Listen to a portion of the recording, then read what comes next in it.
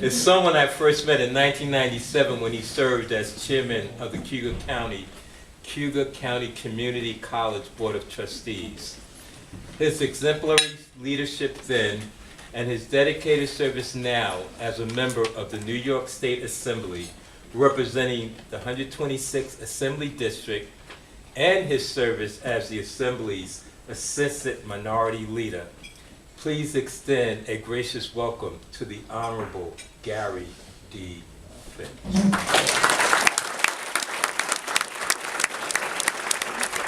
I can't wait to eat. Me too.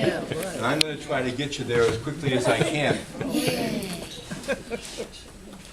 It's really difficult to follow Mayor Quill and then Mike Chapman and be on the end of the line to come up with something original, perhaps even humorous. Is very difficult to do.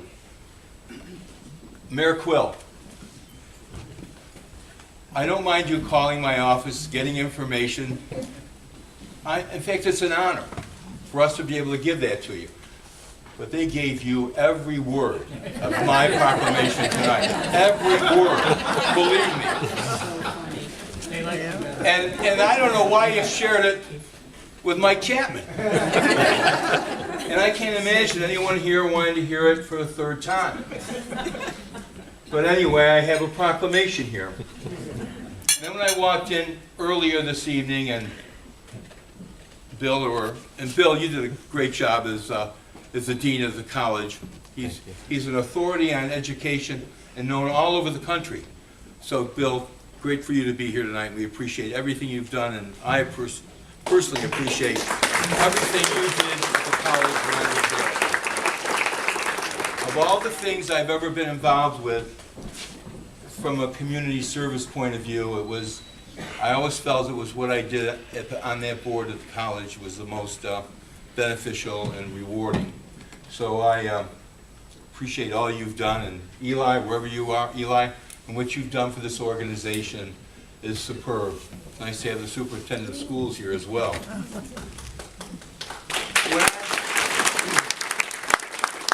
When I walked in, as I mentioned, there was no one that gave me a greeting of hello, Assemblyman, or even Gary, nothing.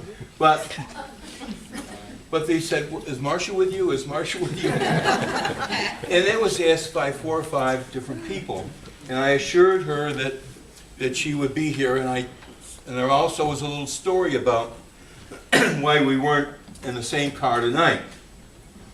I hope I get the story right, and Marcia, you can correct me as we go along. But it fits, it's a remarkable story in the sense of it dovetails with a Harriet Tubman evening.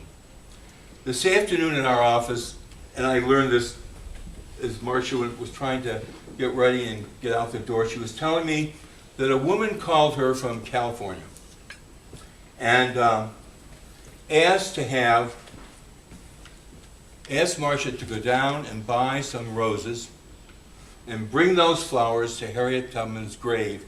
She wanted these flowers put on her grave before Mother's Day.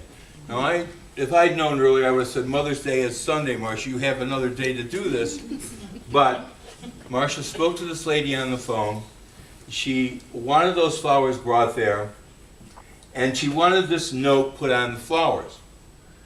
To Harriet Tubman, I will love you forever. Thank you for my freedom. Signed, Sheila Marie Davis from California. A voice really out of the wilderness in the sense, but here, Harriet Tubman. So Marcia got the flowers, brought them to the Harriet Tubman grave, and if you haven't been there, and I can't imagine anyone here not being there, but it's a wonderful, wonderful site with a beautiful tree enveloping all the Tubmans that are there. And actually, I'm very proud to say that our funeral home buried Harriet Tubman in 1914. Now, Marcia promised this lady that she would send back some pictures of the flowers, of the stone with the inscription on the stone, which she did. And her response was this: My heart is crying tears of joy and happiness, my angel that has touched so many. And that's what she was referring to as Harriet Tubman.